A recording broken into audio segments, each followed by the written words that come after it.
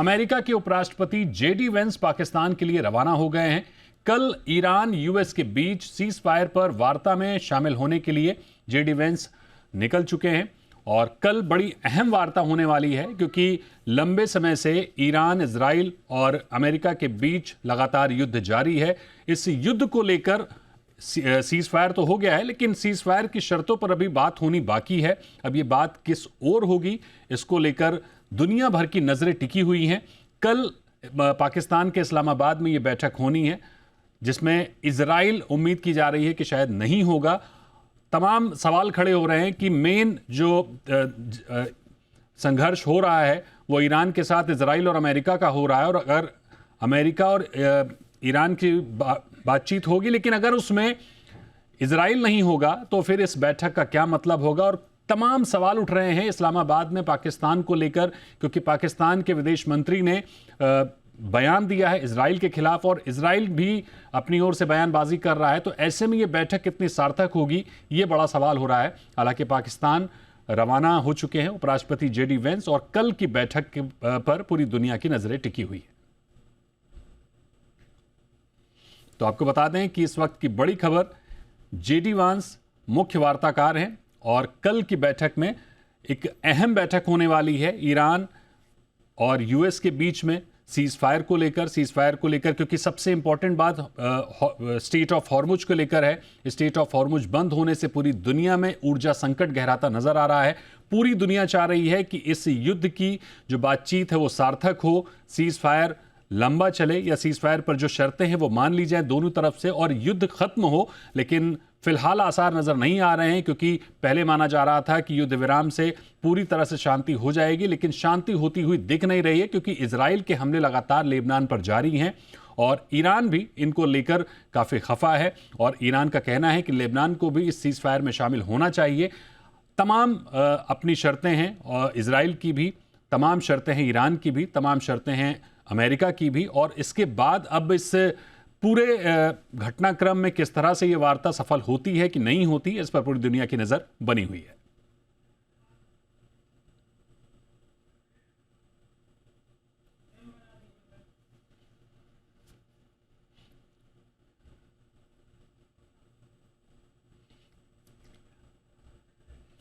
तो आपको बता दें इस वक्त हमारे सहयोगी अनुवेश रथ हमारे साथ जुड़े हुए हैं। अनुवेश, जैसा कि हम देख रहे हैं कि कल एक बड़ी अहम वार्ता होने वाली है तीनों देशों में युद्ध विराम को लेकर। हर देश की अपनी अपनी एक शर्तें हैं, तो कल इस वार्ता को लेकर क्या अपडेट आपको मिल रही है, क्योंकि जेडी वेंस तो निकल चुके हैं, बाकी इस्लामाबाद में और कौन कौन जुटने वाला है? जी देखिए, जेडी वेंस ऑलरेडी निकल चुके हैं। जो यूएस के वाइस प्रेसिडेंट हैं वो पाकिस्तान पहुंचने वाले हैं। उसी के साथ ईरान की तरफ से जो ईरान का डेलीगेशन है वो भी पाकिस्तान पहुंचने वाला है। जो 10 पॉइंट की डिसीजंस थे जो ईरान की तरफ से रखे गए थे, वो मध्यस्थता के लिए इस युद्ध विराम को आगे बढ़ाने के लिए सबसे इम्पॉर्टेंट हो गए। उसमें से भी जो 3 मुख्य बिंदु हैं वो पहले मैं आपको बता दूं। सबसे पहला, न्यूक्लियर एनरिचमेंट का जो प्रोग्राम है ईरान का, उस पे वो कॉम्प्रोमाइज़ नहीं करेंगे, ऐसा उनका कहना है। वहीं पे जो सैंक्शंस ऑलरेडी ईरान पे लगे हुए हैं उसको हटाना है। और तीसरा, जो क्षति ईरान की हुई है इस युद्ध के दौरान, उसका भरपाई अमेरिका करे और अमेरिका या इजराइल के द्वारा ईरान पे कभी भी दोबारा हमला ना हो। ये मुख्यतः वो बिंदु होंगे। और इसमें सिर्फ ईरान नहीं बल्कि लेबनान और जो ईरान के सहयोगी देश हैं उन पे कोई हमला ना हो, इस पे मुख्य बिंदु रहेगा। और इसी के आगे, इसी बेसिस पे आगे जो है वो डिस्कशन आगे चलता रहेगा। जी, हमारे सहयोगी सिद्धांत सिब्बल भी जुड़ चुके हैं। सिद्धांत, ये बताइए कि कल जो अहम बैठक होने वाली है, इस बैठक को लेकर क्या अपडेट मिल रही है आपकी, क्योंकि जेडी वेंस तो निकल चुके हैं? देखिए, कल ये बैठक होगी इस्लामाबाद में, और मैं आपको बता दूं कि उसको लेकर कहीं ना कहीं बड़ा फोकस यही है कि क्या आउटकम निकलेगा, क्योंकि ये एक तरफ से एक ऑफर मिला है या यूएस को पाकिस्तान के द्वारा, और कहीं ना कहीं पाकिस्तान का जो एक रोल रहा है वो भी एक रोल, एक तो दुनिया ने लॉर्ड जरूर करा है, बट क्वेश्चन मार्क जरूर हैं। क्योंकि जैसे उन्होंने पहला ट्वीट करा था, एक ड्राफ्ट ट्वीट था, वो फिर न्यूयॉर्क टाइम्स की रिपोर्ट ने कहा कि वो एक तरफ से जो रिपोर्ट, वो ट्वीट है, पोस्ट है, वो व्हाइट हाउस ने अप्रूव किया था।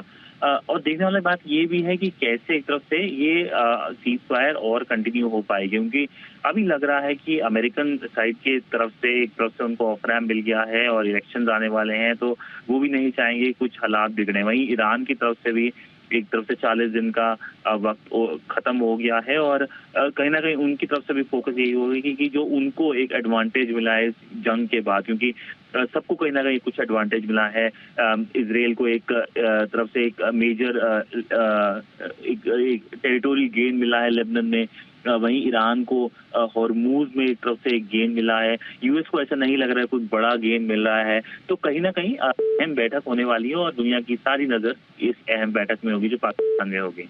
बिल्कुल, एक और अहम सवाल बनता है सिद्धांत, क्योंकि कल की जो बैठक होने वाली है उस बैठक का सार्थक होना जो है वो बहुत ज़रूरी है, क्योंकि पूरी दुनिया की नज़र उस पर बनी हुई है। लेकिन एक बड़ी चिंता ये है कि पाकिस्तान एक तरफ तो अपने वहाँ मीटिंग करा रहा है, शांति की बात कर रहा है, वहीं दूसरी तरफ उनके विदेश मंत्री जो है ईरान पर हमले कर रहे हैं, जवाबी हमले कर रहे हैं, बयानबाजी कर रहे हैं, इजराइल भी उनके ऊपर बयानबाजी कर रहा है। तो ये जो बैठक होने वाली है कितनी सार्थक होती हुई आपको दिख रही है?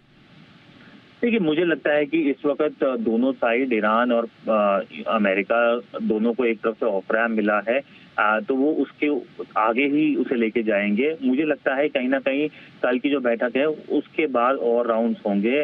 ओमान में भी बातचीत हुई थी पर वो कोलैप्स हो गई थी। पर जहां तक पाकिस्तान का रोल है, यूं तो दुनिया में जरूर सराहा जा रहा है इस वक्त कि उनने कहीं ना कहीं शांति लाई। भारत को पता है पाकिस्तान का एक तरफ से असली रंग, 70 साल से आतंकवाद भारत झेल रहा है, तो कहीं ना कहीं पाकिस्तान की ड्युअलिटी पूरी दुनिया को जरूर एक तरफ से नजर आई थी जब ओसामा बिन लादेन को एक तरफ से उन्हें शह दी थी। और कहीं ना कहीं अभी तो इवॉल्विंग सिचुएशन है, देखने वाली बात होगी कि पाकिस्तान का असली किरदार कैसे दुनिया को पता चलेगा, कि सच हमेशा निकल के आता है। बिल्कुल, बहुत शुक्रिया करेंगे सिद्धांत आपका इस खबर पर हमारे साथ जुड़ने के लिए।